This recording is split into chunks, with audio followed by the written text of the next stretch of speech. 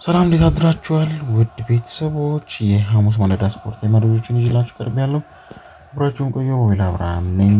ከዓለም ዋንጫ ዛሬ መጀመር አንስቶ ከሀገር ውስጥ ከባህር ማዶ የተሰሙ አጫጭር ስፖርታዊ ጉዳዮችን ቀልጠፍ ባለ መንገድ አቀርብላችኋለሁ። አዲስ የሆናችሁ ሰብስክራይብ ያደርጋችሁ ተጀምሩ ዘንድ ግብዣዬ ነው።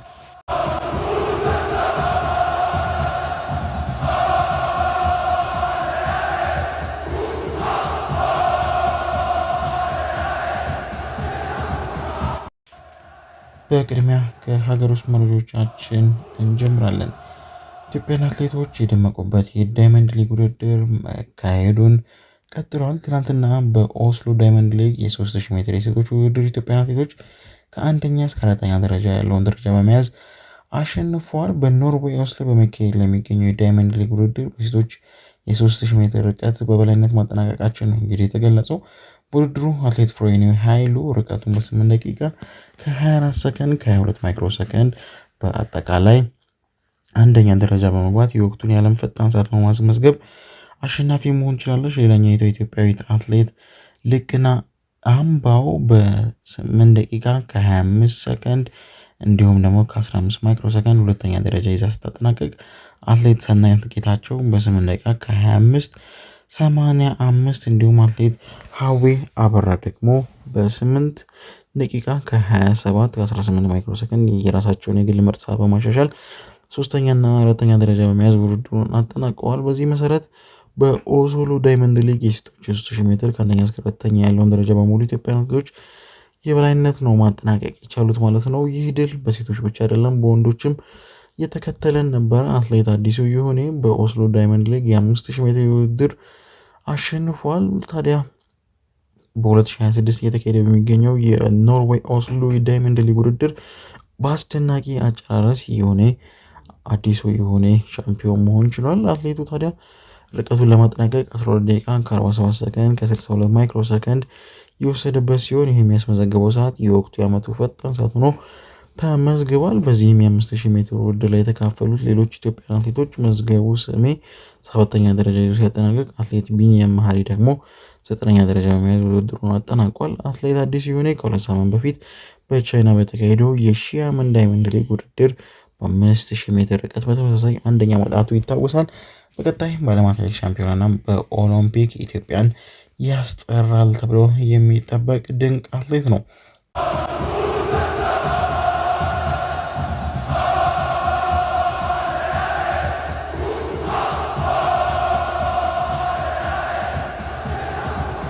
ወደ ባህር ማዶ ስፖርት መረጃዎች ስናልፍ ብዙዎች በጉጉት የሚጠብቁት ዓለም ሁሉ አንድ ላይ የሚመለከተው ግዙፉ ስፖርት ውድድር በዛሬው ዕለት ይጀምራል።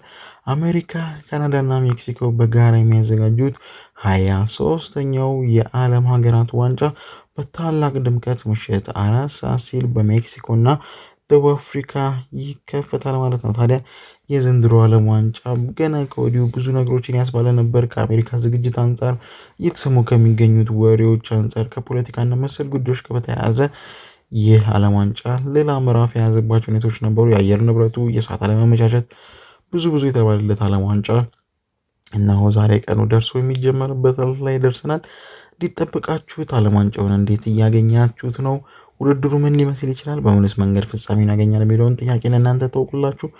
ከዋንጫው ጋር አስቀድሞ ግን የተለያዩ የወዳጅነት እና የአቋም መለኪያ ጨዋታዎች ትናንትና ምሽት ተከናውኖ ነበረ። እነሱ ምናልባት ውጤቶቹን አፕዴት ለማድረግ ያክል እንግሊዝ በውድ ልጇ ራይስ ታገዛ ተጋጣሚዋን ኮስታሪካን በአስደናቂ ሁኔታ መቀጥቀጥ ስትችል፣ እንዲሁም ፖርቹጋልም በናይጄሪያን በዓለም ዋንጫው መሳተፍ ያልቻለችው ናይጄሪያ አስተናግዳ 2-1 በሆነ ውጤት ማሸነፍ ችላለች። የፖርቹጋልንም የድል ግቦች ኮንሴሳውና ናይቶ ማስመዝገብ ችለዋል ማለት ነው። አስደናቂ ፉክክር የነበረው እንዲሁም ደግሞ ጥሩ ጨዋታ፣ ሮናልዶ ደግሞ ድለኛ ያልነበረበት ምሽት የነበረበት ጨዋታ ነበረ። ምንም እንኳን በመጨረሻ ላይ የሳቁን ምንጭ ባለቤት ሆኖ ኮንሴሳኦ ላይ ሊያጨበጭብ ቢችልም ማለት ነው። ሌላው ከዓለም ዋንጫ ዛሬ መጀመር ጋር እያይዘው የኖርዌይ ብሔራዊ ቡድን ብዙዎችም ትኩረት የሳበ ጉዳይ ሆኗል። የኖርዌይ ብሔራዊ ቡድን ለዓለም ዋንጫ የራሱ ምግብ አዘጋጆች ይዞ ወደ አሜሪካ መብረሩ ብዙዎችን አስገርሟል። የኖርዌይ ቡድን በዓለም ዋንጫው ወቅት የተጫዋቹን የምግብ ልምድ ሳይዛባ ለማስቀጠልና ሙሉ ብቃታቸውን ለመጠበቅ ሲል 300 ኪሎ ግራም አሳ እንዲሁም ደግሞ 6000 ብርቱካንና 116 ኪሎ ግራም ልዩ የኖርዌይ አይብ ከ3 ታዋቂ ሼፎች ጋር ወደ አሜሪካ ይዞ ተጉዟል። ቡድኑ ይህን ያደረገው ተጫዋቹ ከተለመደው የምግብ ስርዓታቸው ሳይወጡ ውድድሩን በተሟላ ዝግጅታቸውን ለመጋፈጥ እንዲችሉ የማሰብ እንደሆነ ተገልጿል። ምናልባት ከዓለም ዋንጫው ጋር በተያያዘ ሌላው ትኩረትን የሳበው ጉዳይ ደግሞ የዋረን ዛየር ኤምሪ ጉዳይ ነው። በእድሜ ገደብ ምክንያት ፈረንሳይ ያረፈችበት ሆቴል እንዳይገባ ተከልክሏል። የኤል ናሳይል መረጃ እንደሚያመለክተው ከሆነ የፈረንሳይ ብሔራዊ ቡድን በቦስተን ያረፈበት ሆቴል የምሽት ፓርቲ የሚካሄድበትና የአልኮል መጠጦች የሚቀርቡበት በመሆኑ እድሜያቸው ከ21 ዓመት በታች የሆኑ ግለሰቦች ወደ ሆቴሉ እንዳይገቡ በጥብቅ ይከለከላል። ታዲያ ይህ የሆቴሉ ሕግ ከ21 ዓመት በታች ለሆኑ ወጣቶች መግቢያ የማይፈቅድ በመሆኑ አብዛኞቹ የፈረንሳይ ብሔራዊ ቡድን አባላት እድሜያቸው ከዚያ በላይ ቢሆንም የ20 ዓመቱ ወጣት አማካኝ ዋረን ዛየር ኤምሪ ግን በሕጉ ምክንያት በሆቴሉ ውስጥ ማረፍ እንደማይችል ተነግሮታል። ለብቻው ነው አሁን ያለው። በቀጣይ ቡድኑ መፍትሄ ይፈልጋል ተብሎ ይጠበቃል። ብዙ ያስባለው ዓለም ዋንጫ እንግዲህ ዛሬ ይጀምራል። በዓለም ዋንጫው በተለያዩ ክፍል ወደ እናንተ ስለመጣ አጫጭር የዝውውር ጉዳዮችን እንዲሁም ደግሞ ሌሎች ስፖርታዊ መረጃዎችን ላድርሳችሁ።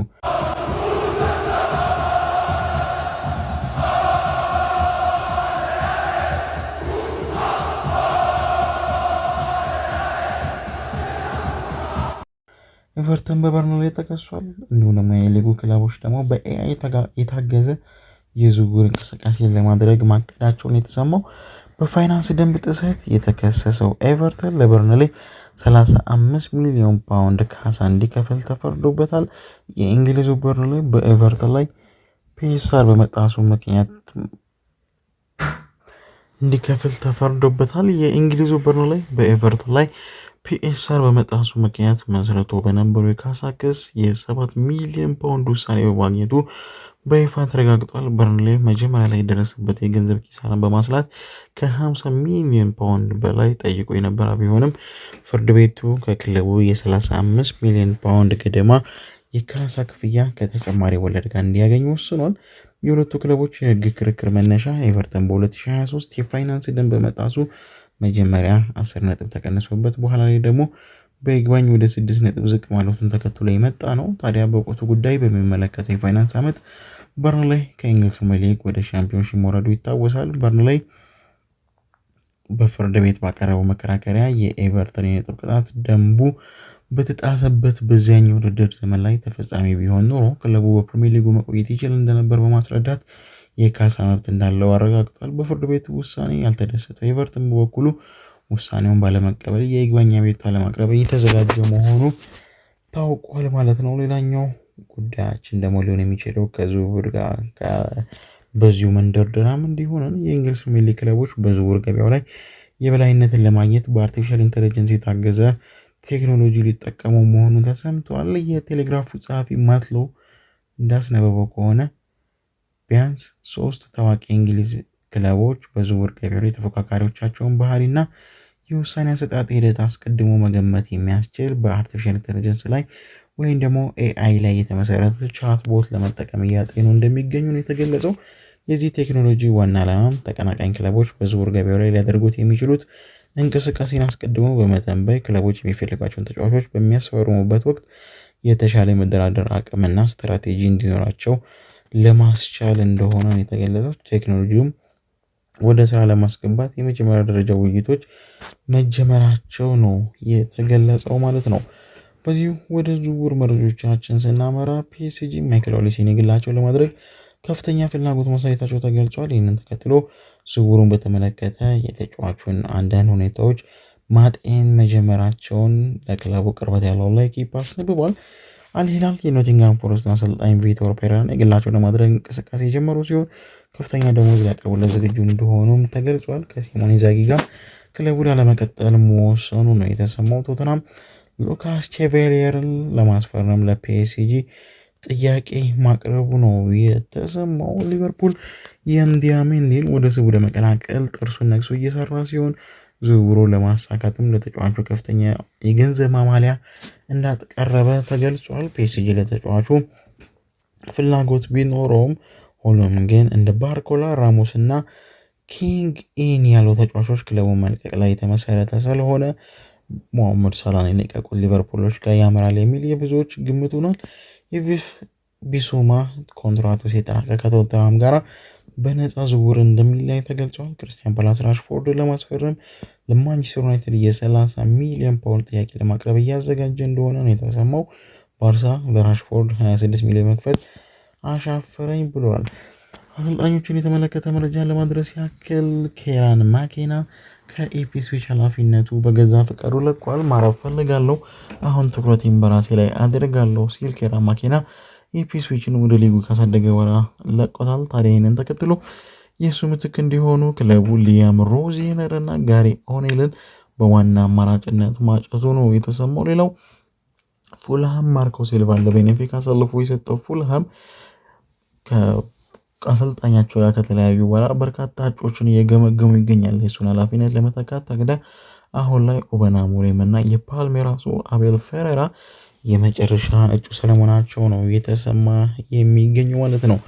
በዋነኝነት ልናነሳው የሚገባው የዝውውር መረጃ ደግሞ ማቲያስ ፈርናንዴዝ እንዲሁም አሌክስ ስኮት እንዲሁም ደግሞ ኤሊየት አንደርሰንን ይሆናል። ማንቸስተር ሲቲ ለኤሊየት አንደርሰን 106 ሚሊዮን ፓውንድ ከተጨማሪ ቦነሶች ጋር አቅርበዋል። ጠቅላላ ዋጋው 120 ሚሊዮን ፓውንድ እንደሚያልፍ ነው ዴቪድ ኦርንስቴን የገለጸው። ይህ እንግሊዛዊ ጋዜጠኛ እንዳስነበበው ከሆነ ኖቲንግሃም ግን የብሪቲሽ ሪከርድ እንዲሁም ሙሉ ዋጋ እንዲከፈል ይፈልጋሉ። ጭማሪ ቦነስ የሚል ድርድር እንዲኖርም አይፈልጉም ነው ያለው። ይህንን ተከትሎ ታዲያ የቀረበላቸውን ጥያቄ በአፋጣኝ ውድቅ አድርገዋል። ታዲያ የዚህ ተጫዋች መዳረሻ በቀጣይ የት ይሆናል? ብዙዎቻችን የምንጠብቀው ጉዳይ ነው የሚሆነው። ማንቸስተር ዩናይትድ ግን ከዚህ ተጫዋች ዝውውር ራሱን ማግለሉንና ትኩረቱ ክለቡን ብቻ ብለው ለሚመጡ ተጫዋቾች እንደሚያደርግ ነው የተሰማው። ይህንን ተከትሎ አሁን ላይ ማቲያስ ፈርናንዴሽን እንዲሁም ደግሞ በዋነኝነት አሌክስ ስኮትን ማስፈረም ላይ ትኩረት አድርጎ እየሰራ መሆኑን የተገለጸው ማለት ነው። ታዲያ የማንቸስተር ሲቲ እና የኤሊየት አንደርሰን ፍጻሜ ምን ይሆናል? ነገሮች ግን የሚቀሩ አይመስሉም። ጆሽኮ ጉቫርዲዮል ወደ ሪያል ማድሪድ አሊያም ደግሞ ወደ ባርሴሎና ሊያመራ የሚችልባቸው መንገዶች ስለመኖሩ በስፋት እየተወራ ይገኛል። ታዲያ ትናንትና ምሽት ሳንቲ አዎና ይዞት በወጣው መረጃ መሰረት ባርሴሎና የመጀመሪያ ይፋዊ ጥያቄ 80 ሚሊዮን ዩሮ ፕላስ ቦነስ ማቅረቡን የተሰማው በተጫዋቹ ላይም ደግሞ ሪያል ማድሪድ ፍላጎት እንዳለውና ነገሮችን አጢኖ ወደ ውሳኔ ለመግባትና እንቅስቃሴ ለመጀመር እየተዘጋጀ መሆኑን ታላላቅ የዜና አውታሮች ዘግበዋል። አትሌቲኮ ማድሪድ ማርክ ኮኩሬያን ለማስፈረም ከፍተኛ ግፊት እያደረገ ነው። ነገር ግን ቼልሲ ከተጫዋቹ ዝውውር ቢያንስ ከ50 ሚሊዮን በላይ ይፈልጋል የተባለው የስ ይሆናል ወይ? አሁን የምንመለከተው ጉዳይ ነው የሚሆነው። በመጨረሻም ቤሺክታሽ በቅርቡ ለአርሰናል ሊያንድሮ ትሮሳርድን ለማስፈረም 20 ሚሊዮን ዩሮ የሚያወጣ መደበኛ ውል ወይም ደግሞ ጥያቄ ለማቅረብ ተዘጋጅቷል። የቱርኩ ክለብ ለተጫዋቹ ከ7 እስከ 8 ሚሊዮን የሚደርስ ዓመታዊ ደሞዝ ያቀርባል ተብሎ ነው የሚጠበቀው። ታዲያ የዝውውር እንዴት ይሆናል? አብረን የምንመለከተው ጉዳይ ነው የሚሆነው። ሚስተር ሮቤል አብርሃም ነበርኩኝ። የሐሙስ ማለዳ ስፖርታዊ መረጃዎችን ያደረስኩት። ዳግም በሌላ ፕሮግራም እንመለሳለን። ዓለም ዋንጫ ምሽት 4 ሰዓት ሲል ይጀምራል። በቀጥታ ስርጭት በዩቲዩብ ቻናላችን እያንዳንዱን ስፖርታዊ ዳራዎች፣ ታሪካዊ ሁኔታዎችን እና መሰል ፕሮግራሞችን ይዤላችሁ መለሳለሁ። መልካም ቀን።